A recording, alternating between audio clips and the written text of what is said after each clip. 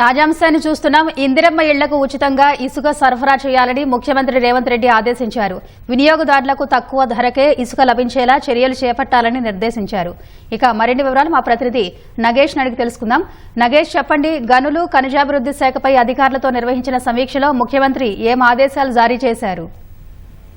ముఖ్యంగా ఇసుకకు సంబంధించి ఇసుక రవాణా, ఇసుక తవ్వకాలు, వాటికి సంబంధించిన అంశాలపైన ముఖ్యమంత్రి రేవంత్ రెడ్డి ఈ సమీక్షలో కీలకమైన నిర్ణయాలు తీసుకున్నారు. ముఖ్యంగా ఇందిరమ్మ ఇండ్లకు ఉచితంగా ఇసుక సరఫరా చేయాలని అధికారులను ఆదేశించారు. రాష్ట్ర వ్యాప్తంగా మొదటి విడతలో అంటే సొంత స్థలాలు ఉన్న వారికి ఆ ఇల్లు నిర్మించుకోవడానికి 5 లక్షల రూపాయలు ప్రభుత్వం ఇస్తోంది. కాబట్టి దానికి సంబంధించిన నిర్మాణాలు చేపట్టేటప్పుడు ఉచితంగానే ఇసుక రవాణా చేయాలి, దానికి సంబంధించిన ఏర్పాట్లన్నీ కూడా చేయాలని ముఖ్యమంత్రి అధికారులను ఆదేశించారు. అదేవిధంగా మిగతా అంశాలు అంటే ఇసుకకు సంబంధించిన పలు అంశాలపైన కూడా చర్చ జరిగింది.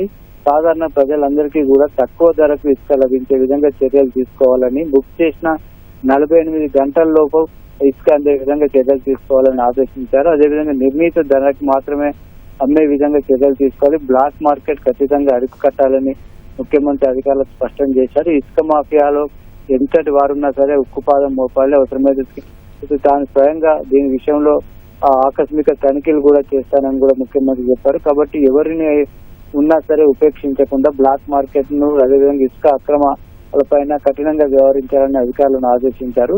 ఇసుక రీచ్ల వద్ద వెంటనే తనిఖీలు చేపట్టాలి, అవసరమైతే దాని చుట్టూ వాటి సీసీ కెమెరాలు ఏర్పాటు చేయాలని కూడా ముఖ్యమంత్రి ఆదేశించారు. ఈ మొత్తం ప్రక్రియ అంతా కూడా జిల్లాల్లో కలెక్టర్లు, ఎస్పీలు బాధ్యతలు అప్పగించాలని సిఎస్కు అదేవిధంగా గనుల శాఖ ఉన్నతాధికారులను ముఖ్యమంత్రి ఆదేశించారు. హైదరాబాద్ పరిసరాల్లో ఇసుక అక్రమ రవాణాను అదుపు చేసే బాధ్యతను హైడ్రాకు అప్పగించాలని కూడా ముఖ్యమంత్రి ఆదేశించారు. వీటికి సంబంధించి ఇసుక అక్రమ రవాణా పైన విజిలెన్స్ కూడా ప్రత్యేకంగా నిఘా పెట్టాలని కూడా ముఖ్యమంత్రి ఆదేశించారు. చుట్టూ ఇసుక రీచ్ల వద్ద వాటి పూర్తి స్థాయిలో నిఘా ఉండే విధంగా సీసీ కెమెరాలు, సోలార్ లైట్లు కూడా నిరంతరం ఉండే విధంగా ఏర్పాట్లు చేయాలని చెప్పారు. అదేవిధంగా బుకింగ్ సంబంధించి కూడా పలు మార్పులు చేయాలని ముఖ్యమంత్రి సూచించారు. ఇసుక బుకింగ్ అనేది కేవలం ఆ కార్యాలయాల వేళల్లోనే ఉండే విధంగా మార్పులు చేయాలి, దానివల్ల అక్రమ రవాణాకు అవకాశం ఉండదని ముఖ్యమంత్రి ప్రధానంగా సూచించారు. అదేవిధంగా ఇసుక సాధారణంగా రవాణా చేసే ఆ వాహనాలకు సంబంధించి కూడా ట్రాకింగ్ అంతా కూడా ఏర్పాటు చేయాలి. ఆ వాహనాలు ఎక్కడికి వెళ్తున్నాయి, అటు బుకింగ్ రీచ్ నుంచి ఆ బుకింగ్ చేసిన వారికి వద్దకి వెళ్తున్నాయా లేక మధ్యలో దారి మళ్లిస్తున్నారా, వీటన్నింటినీ కూడా ప్రత్యేకంగా పర్యవేక్షించాలి. వాటికి సంబంధించిన రిజిస్టర్లన్నీ కూడా చాలా పకడ్బందీగా వ్యవహరించాలి. మొత్తం మీద ఇసుక అనేది సాధారణ ప్రజలకు అందుబాటులో ఉండాలి, బ్లాక్ మార్కెట్ ఎట్టి పరిస్థితుల్లో ఉండదు, అక్రమాలను ఉపేక్షించకూడదని ముఖ్యమంత్రి ఆదేశించారు. మరి ధన్యవాదాలు నగేష్.